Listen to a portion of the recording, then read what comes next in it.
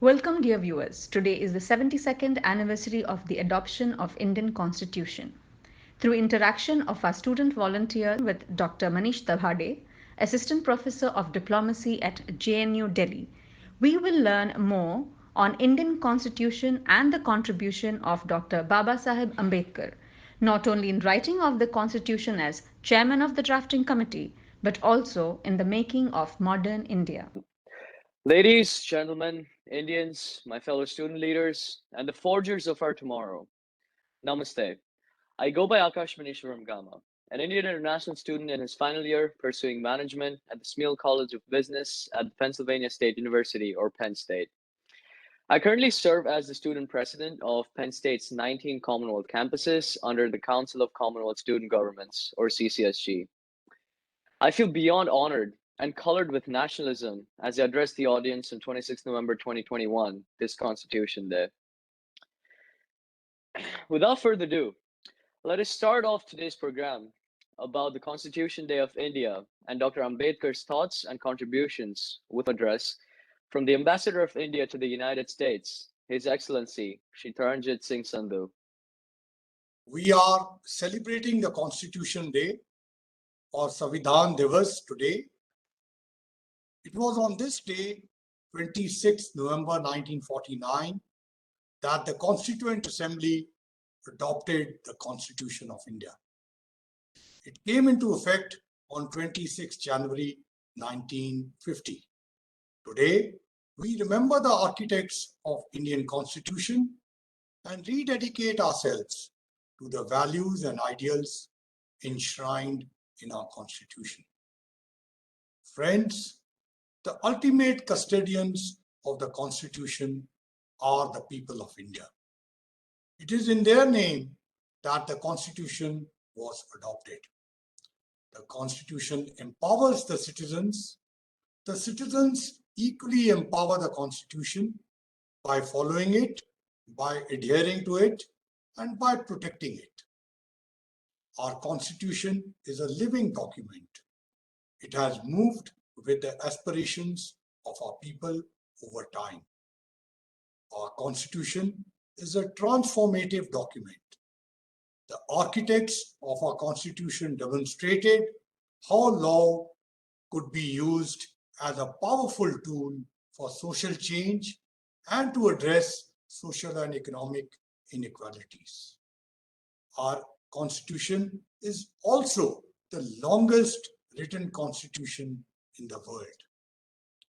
It may also be pointed out both India and the United States owe allegiance to their respective constitutions, which both start with "We the people."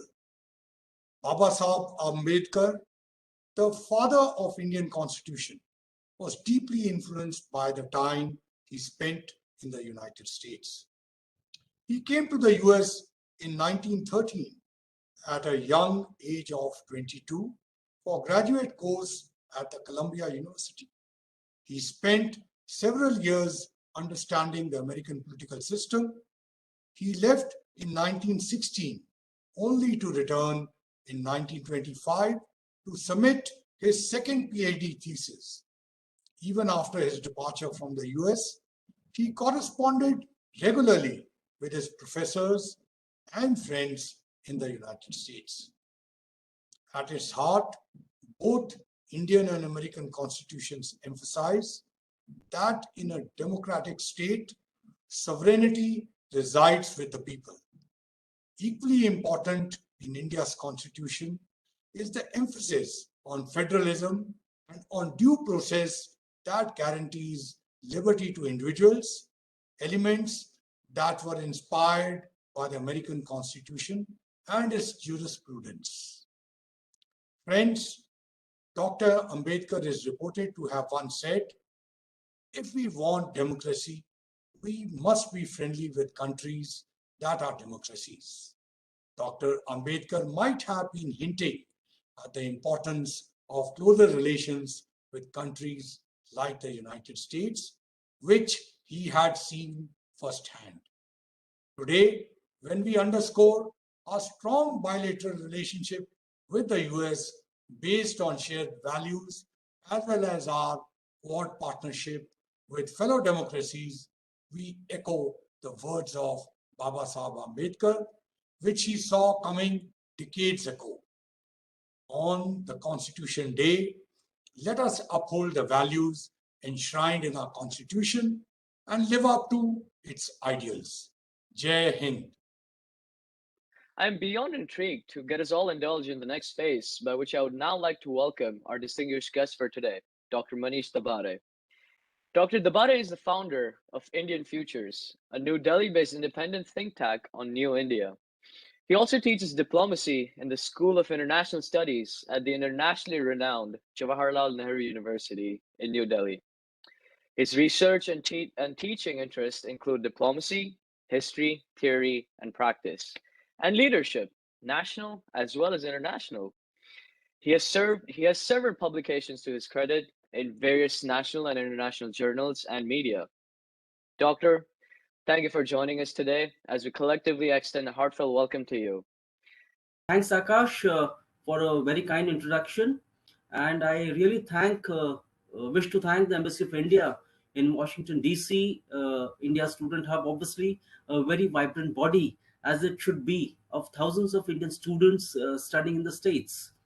I'm especially thankful for this opportunity to His Excellency Ambassador Sandhu, who is the Indian ambassador to the U.S., who is also a very distinguished alumni of the School of International Studies, JNU, New Delhi, where I currently teach diplomacy and international relations.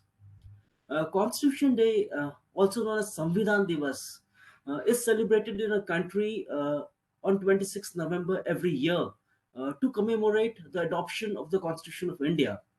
On 26 November 1949, exactly 72 years ago, the Constituent Assembly of India adopted the Constitution of India, which came into effect from 26th January 1950. In fact, you would all know the opening lines of our Constitution, which are mentioned in the preamble. We, the people of India, dash, dash, dash, and the last line. In our Constituent Assembly, this 26th day of November 1949, do hereby adopt, enact, and give to ourselves this Constitution. The Minister of Social Justice and Empowerment, Government of India, on 19th of November 2015, notified the decision of the Government of India to celebrate the 26th day of November every year as Constitution Day, to promote, very importantly, the importance of Constitution and the constitutional values amongst citizens at large. 26th November is also firmly etched in our minds, in our national minds.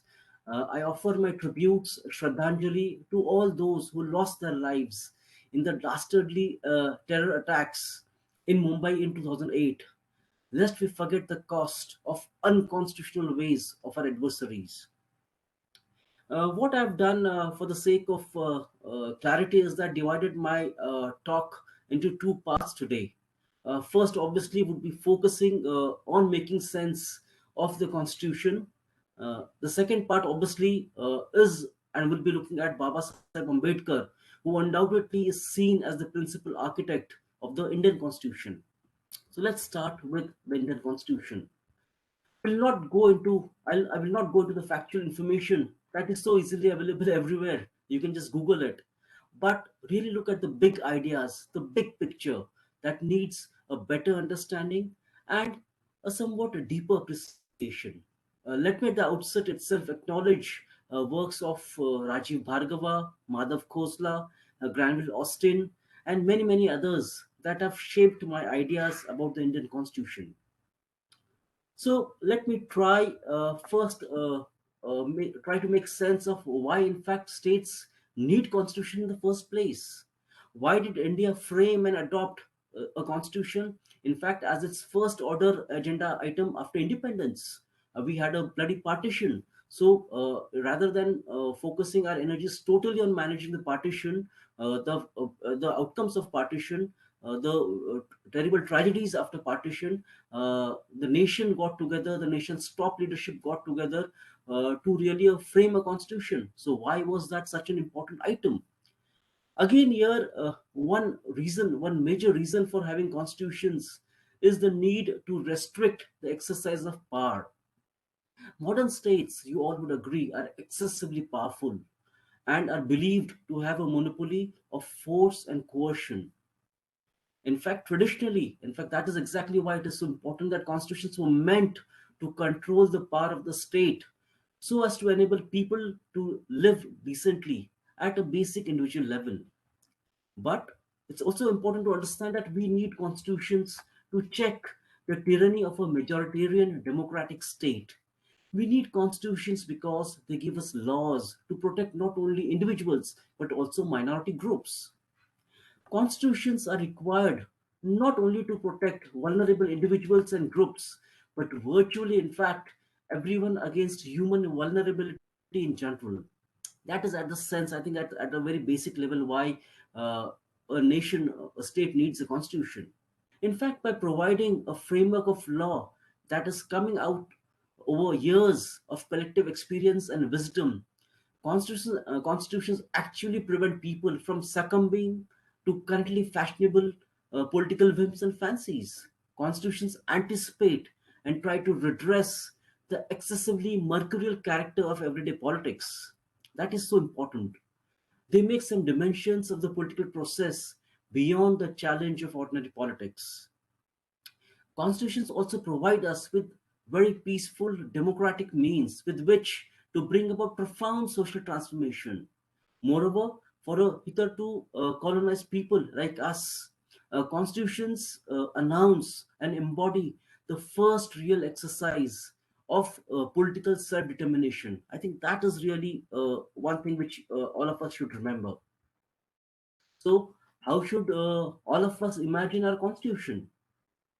India's constitution was the framework through which the world's largest and one of its most important one of its most contentious democracies was brought into being. It was a charter through which an ancient civilization dating back thousands of years was set on the road to modernity and radical, mind you, radical social reform. It is a framework that provides for the management and accommodation of the most complex, ethnic, diverse, religious, and linguistic diversity of any modern nation state. It is simply unimaginable. It has been the site where different ideas of development have been severely contested and, in fact, reimagined. It has been the normative and legal framework through which the world's largest democracy contests its own future. To put it very sharply, Indian constitution as I see it, and as I would want others also to see it, meant three specific things. Number one, a social revolution. It was really, the Indian constitutional experiment was really about social justice, about framing, about an understanding about social equity, and also about celebration of unity in diversity. Second, the second how one should see the constitution is that it was surely a political project. It was about a post-independent state. It is about was about a post-colonial state, and it was about as I was pointing out earlier, about self-determination of a people, of peoples of India. But when you talk about political project, it is really about forging a political accommodation of a very, very diverse, rich India. The other way, the other and equally important way in which the constitution should be looked at, should be imagined, that it is really, in that sense, a very cosmopolitan idea, because it really talks about adherence to universal principles of liberty, equality, and fraternity. And again, very importantly, a global constitutional law. So these are the multiple ways in which one should be really looking at the Indian constitution. Uh, again, another way of looking at Indian constitution is what has really the constitution achieved for Indians. So I think there are at least two aspects which scholars have pointed out: substantive achievements, and then there are procedural achievements. So when you talk about substantive achievements, first, one needs to be very clear that it is really no mean achievement to have committed ourselves to universal franchise, especially amidst widespread belief that traditional hierarchies in India are congealed, and more or less ineliminable. And when the right to vote has only recently been extended to women and to the working class in stable Western democracies, it is a huge, huge historical precedent in the world. And I just can't think that it is ever possible to see any other country emulating this sort of achievement. The second achievement was, sorry, the second achievement was to reinforce and reinvent forms of liberal individualism, which was implicit in a commitment to civil liberties, once again in a context, a very important context, which was suffused with communitarian values that are at times indifferent or hostile to individual autonomy. Third, again, very important achievement as I see it, and many scholars also point out that against the background of communalism and despite its manifest incompatibility with individual rights, a commitment to group rights, the right to the expression of a very cultural sort of group, indicates that the framers of the constitution were more than willing to face up to the challenges of what more than 4 decades later has come to be called multiculturalism, or in fact, to put it very simply, about a celebration of Indian diversities. Fourth, very important substantive achievement one can say is that the constitutional commitment to caste-based affirmative action programs shows how far ahead India was compared to other nations. We just cannot forget that the affirmative action programs in the US, in fact, began after the 1964 civil rights movement, almost 2 decades after they were constitutionally enacted in India. It is such a spectacular, splendid achievement on this social justice front, much, much ahead of the US. Last, I think, a very important substantive achievement is about introducing the articles concerning Kashmir, in fact, which were present earlier and obviously gone now with the abrogation of Article 370 and the Northeast. What actually Indian Constitution did was anticipated this, the very important concept of asymmetric federalism. In fact, the abrogation of Article 370 is in fact seen as a celebration of Indian constitutional values. Coming, as I was pointed out, to also procedural achievements of the Indian Constitution, there are. I'll quickly run through and then move to my second part. That the Indian Constitution, in fact, reflects, in terms of procedure, a faith in political deliberation. It also shows a willingness to recognize the creative value in difference and disagreement. Very importantly, the Indian Constitution reflects a spirit of compromise and accommodation.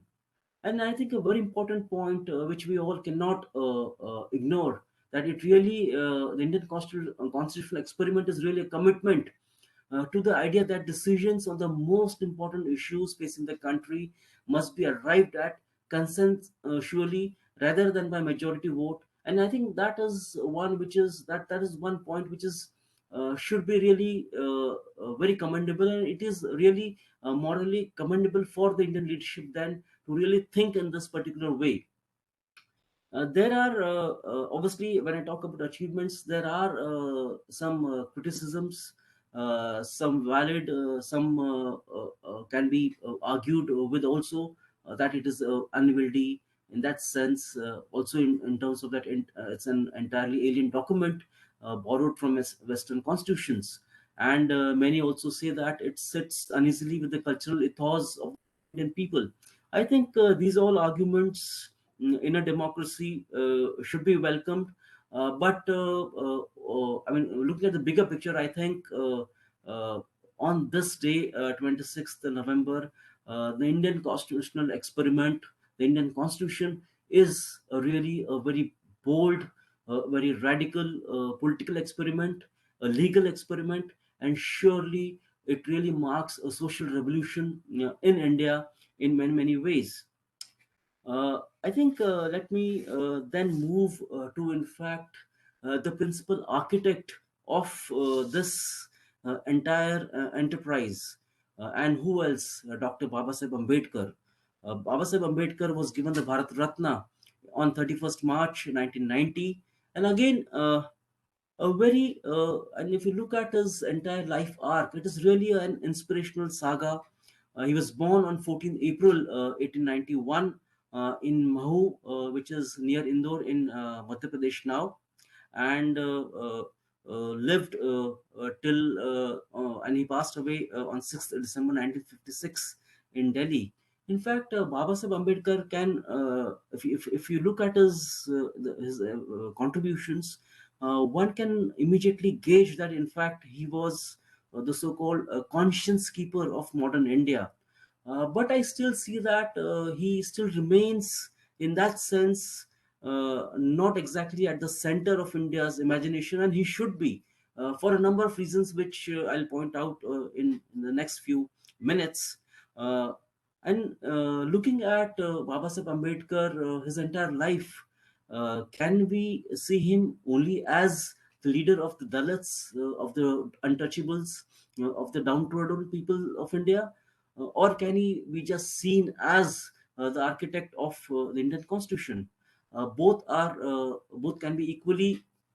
I mean, you can give credit to Baba Sahib Ambedkar for that, but he was much more than that.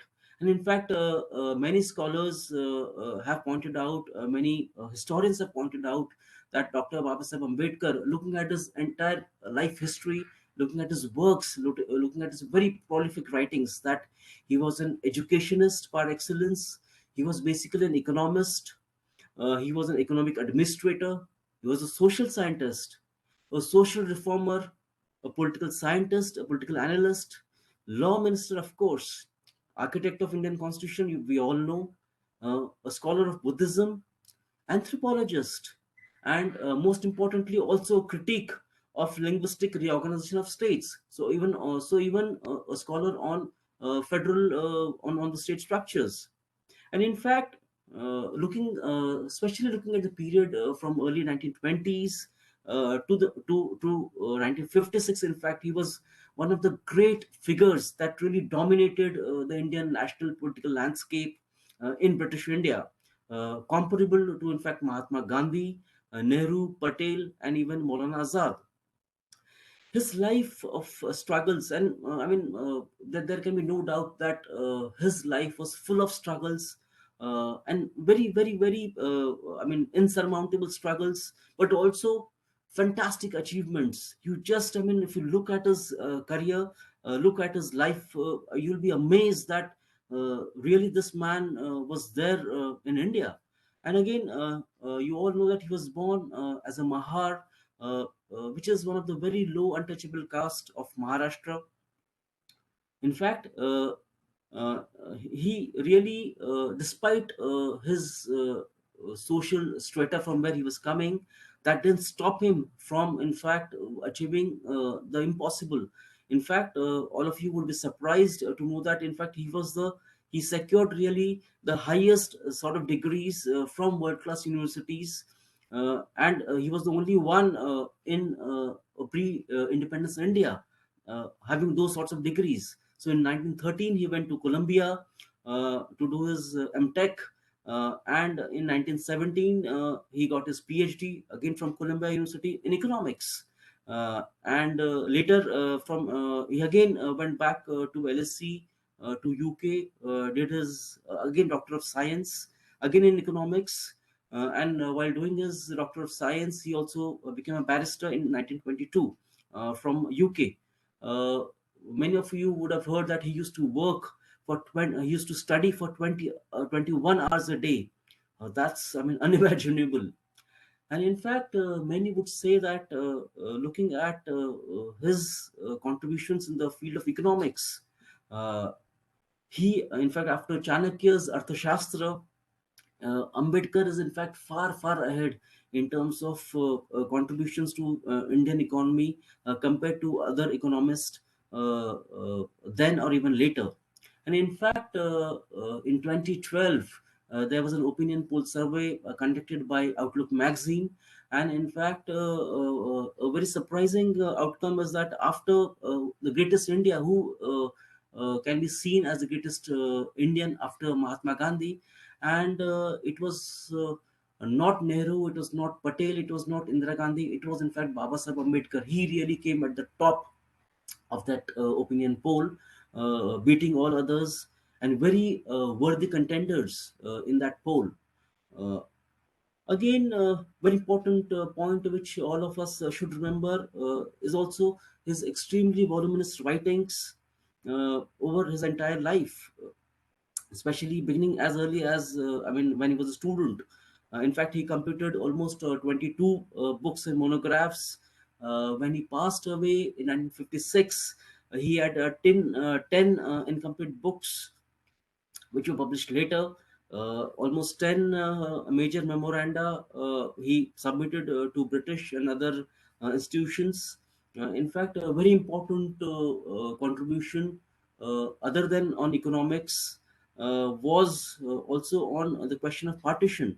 In fact, in early 1940, you had a resolution by the Muslim League talking about Pakistan, and in December 1940, Baba Sahib Ambedkar was out with a book on partition, Pakistan or partition of India, and in fact, that became a basic text, a reference guide of sorts for both Mahatma Gandhi, Jawaharlal Nehru, and also for Jinnah.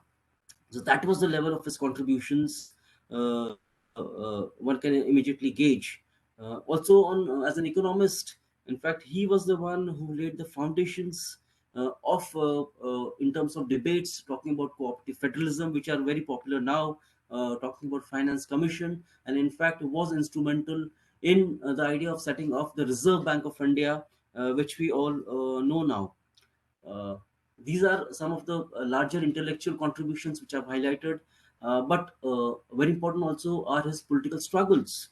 So here you have in political struggles, and also they were also laced with a very social sort of imagination about social justice, about equity in society, in Indian society. And in 1927, in fact, he led the Mahad Satyagraha, which was really about access to drinking water. So universal access to drinking water. So that you can see, which we are talking about now, is was really in fact started way back in 1927 by Dr. Ambedkar. 1930, very important agitation, the Kalaram Mandir temple in Nashik, Maharashtra. Access again to temple to Dalits, to downtrodden. Uh, Another very important arena of his contribution was Baba Sahib Ambedkar's participation in all the three roundtable conferences to discuss India's constitutional status. All these conferences, three conferences, were held in London, and Baba Sahib Ambedkar was a very important player there, and contributed significantly to different constitutional agreements which really came out, constitutional documents which were discussed, debated, and came out in different forms after those respective roundtable conferences. But he really, I think, shot into national and international limelight because of the 1932 Communal Award, giving separate electorates to Dalits. So it was here, I think, he got into a confrontation with Mahatma Gandhi, because Mahatma Gandhi decided to go to fast till death. And in fact, he really saw that this was really a tragedy which the nation could not accept. And so he signed the Pune Pact with Mahatma Gandhi, where rather than separate electorates, it was agreed that he would see that there were reservations for Dalits, for the scheduled caste community in different representative bodies.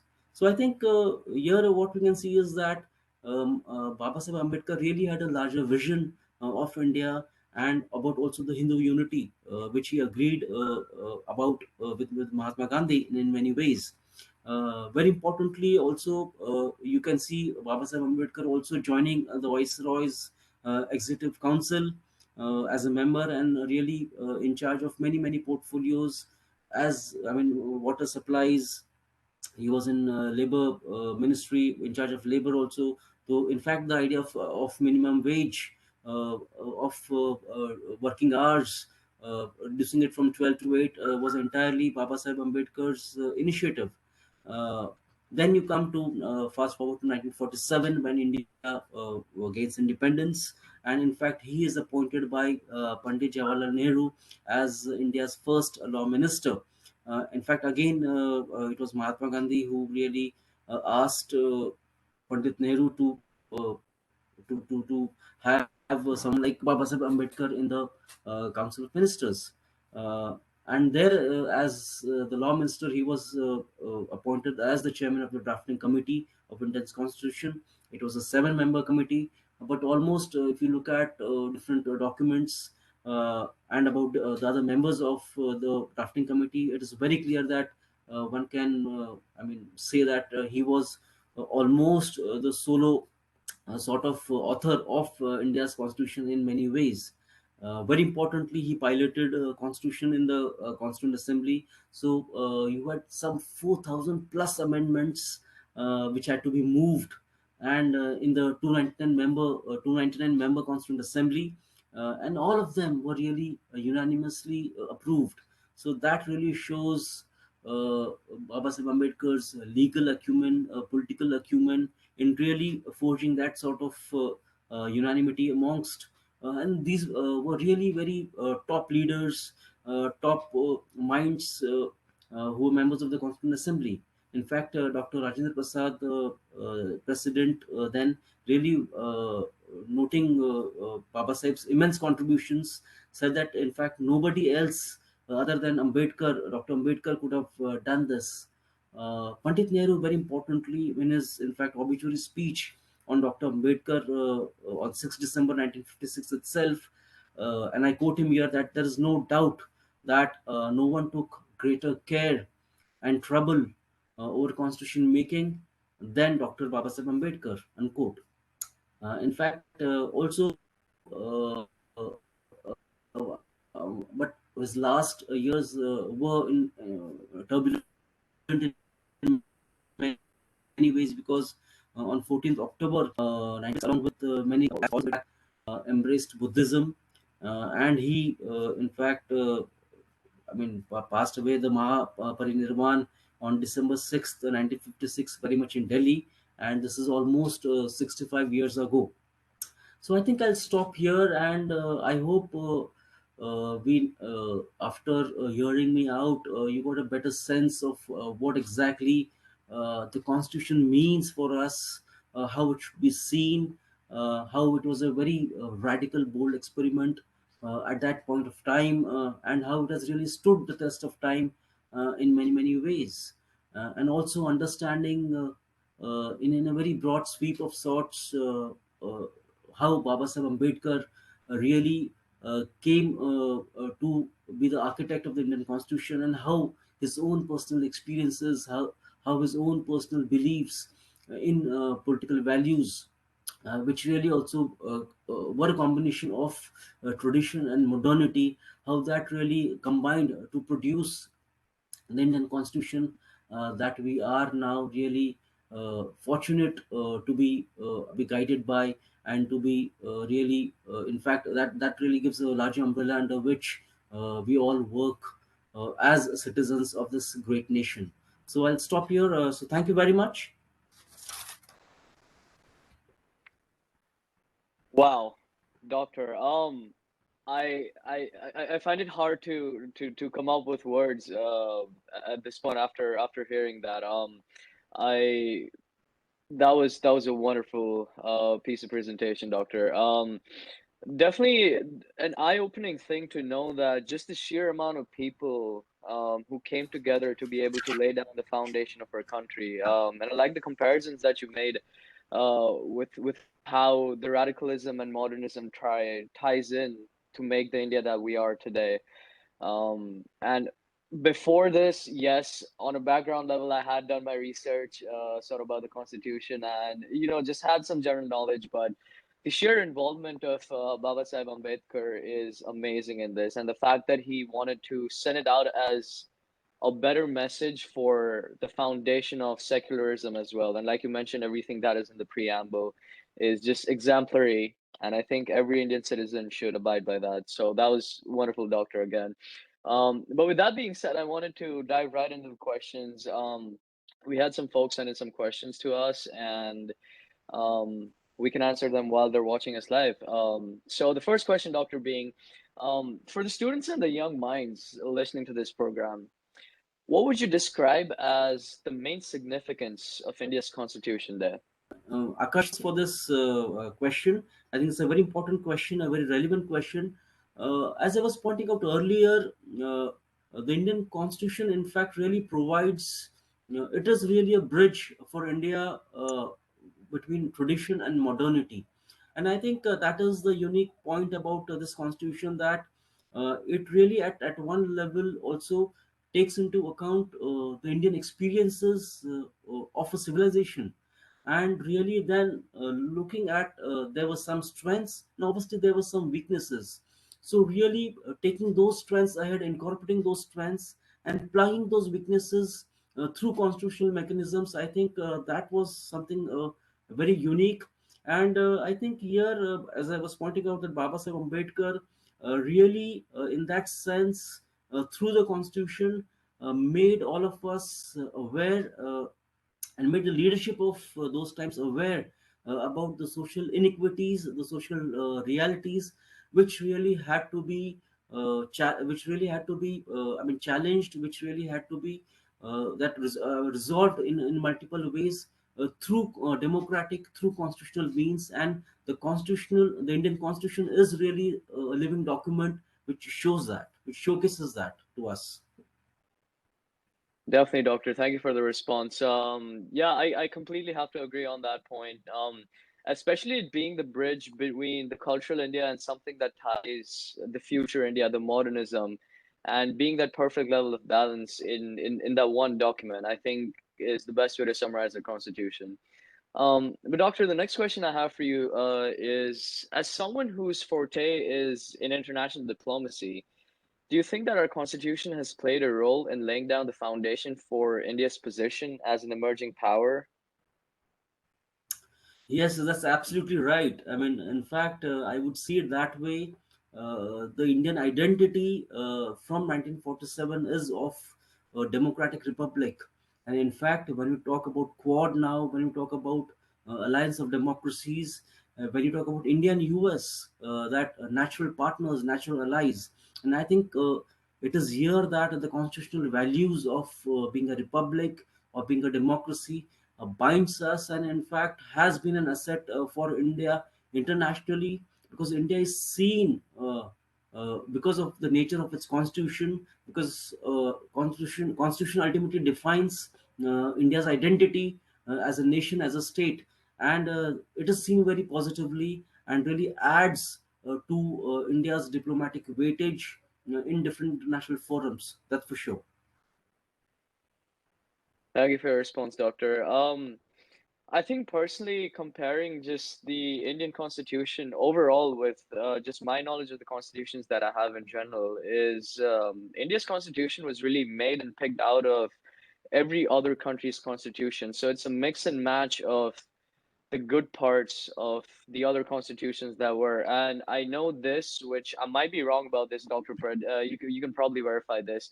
Both the United States Constitution and the Indian Constitution start with "We the people" in sort of sending out that message of unity, and that's what I mean by Indian Constitution being picked out from the others to make it that robust document. But moving on, Doctor, another question I had for you is, what would you personally consider as the main lessons and inspiration which the present generation should draw from the life and work of Dr. Ambedkar?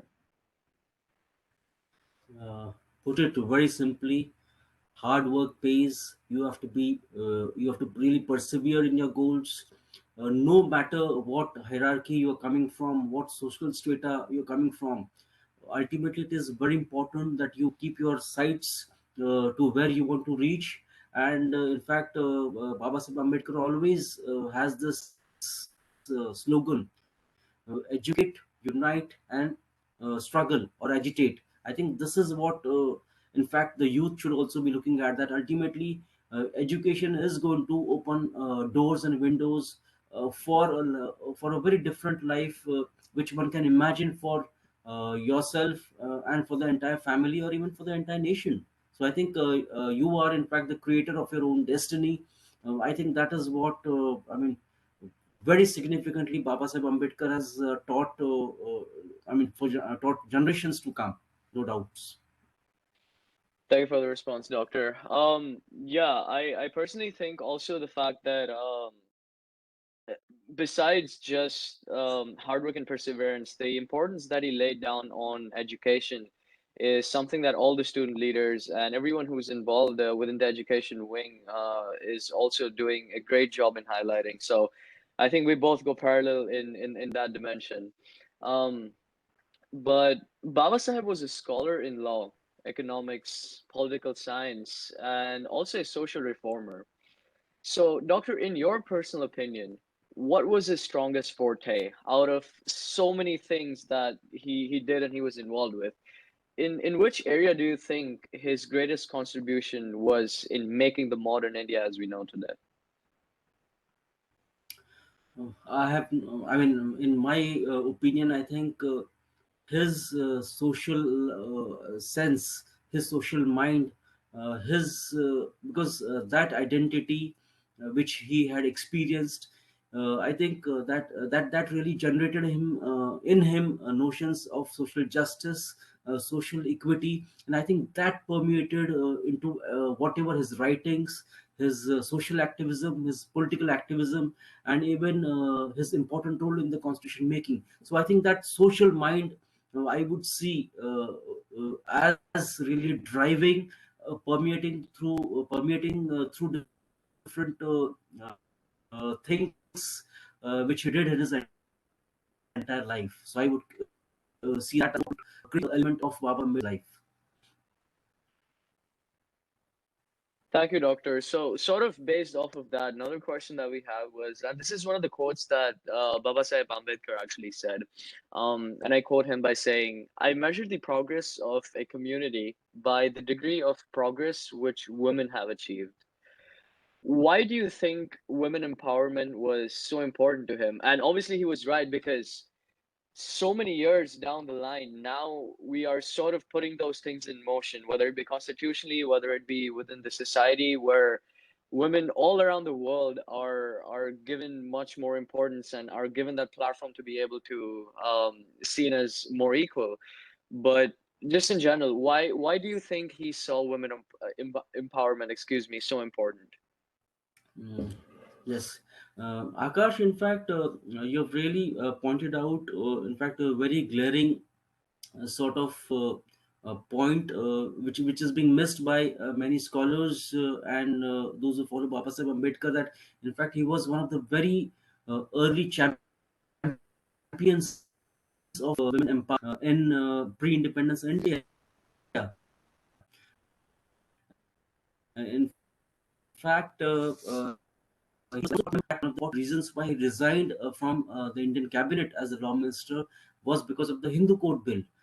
What is exactly the Hindu Code Bill? It is really about giving equal rights to women in inheritance, in family inheritance, in husband's property. So I think he was in fact was really a feminist in that sense, in that point of time, much ahead of his times in many ways. In fact, he was also the one who drafted the Hindu Marriage Act of 1951. But let's not forget the fundamental rights. One of the very important steps, moves was really removing in all the fundamental rights discriminations on the ground of sex. And I think that is a very important, where you are really putting a man and a woman, Indian man and an Indian woman at par. And I think that is something which is so original about Baba Sahib, and he really got in that sense really is really far ahead in terms of contributing to this whole notion of women empowerment. In fact, which not many even recognize Ambedkar's role and contribution even today. So I think should also be pointing out that in a big way. Definitely, Doctor. I think just the fact that he was such a visionary, at that point in time, and whatever he laid out as a foundation within the Constitution for us is actually coming up to life right now. And it's just wonderful to see or just think about someone back in the day being able to see so much in the future. Just that political shrewdness he has, I think, is something that we all should remember him for. Um, but moving on, Doctor. So, a little known aspect of Dr. Ambedkar's life is his wanting to step up a university on the lines of Nalanda and Takshashila. Has the loss of Ambedkar as an educationist been the gain of Ambedkar as a lawyer, reformer, and an economist? No, Akash, I don't see it that way because I mean, in various forms, in his especially in his writings, I think Ambedkar was always an educationist, and in different ways, he really tried to talk about. In fact, we now talk about school dropout rates. He was in fact, the early ones, in fact, the pioneer of sorts, who said that India should also be looking at how to really control the school dropouts. Also, he was the one who talked about commercialization of education and how it was very important to have universal access, cutting across caste divides, cutting across religious divides, to primary school, but also in higher education. So he did raise a finger.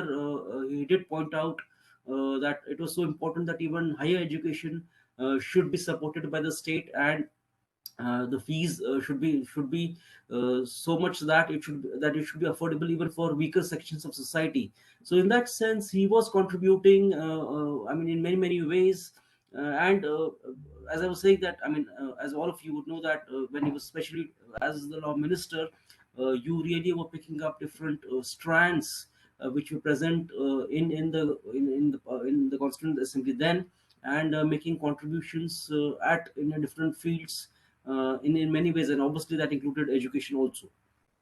And again, I think one central idea which we should understand, that he was the one who really talked about modern education, and putting it very clearly that the aim of education should be to really create men and women of reason, of logic. And I think that is what I think ingrained remains ingrained and should be really guiding our policymakers, that the education should be really be forward looking, be very scientific, very modern, in terms of its approach, in terms of opening one's mind.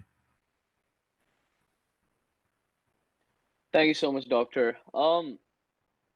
Baba Sahib, just in general, I feel, and after listening to the bifocal approach that you took to your entire presentation, I think in the second part, when I heard about the amount of things this Baba Sahib did in general, and those did go parallel in hand with each other. Like, it wasn't that he was completely involved with one thing while ignoring the other. So I think it makes perfect sense in saying he was pretty much omnipresent in whatever he did, down to utmost perfection. And the emphasis he provided on education, I think, is something that us as citizens and nations should uphold at all times. And I think, like I said even before, the education wing and the Indian Student Hub here is doing a wonderful job. So just wanted to quickly acknowledge that while we're on the same topic.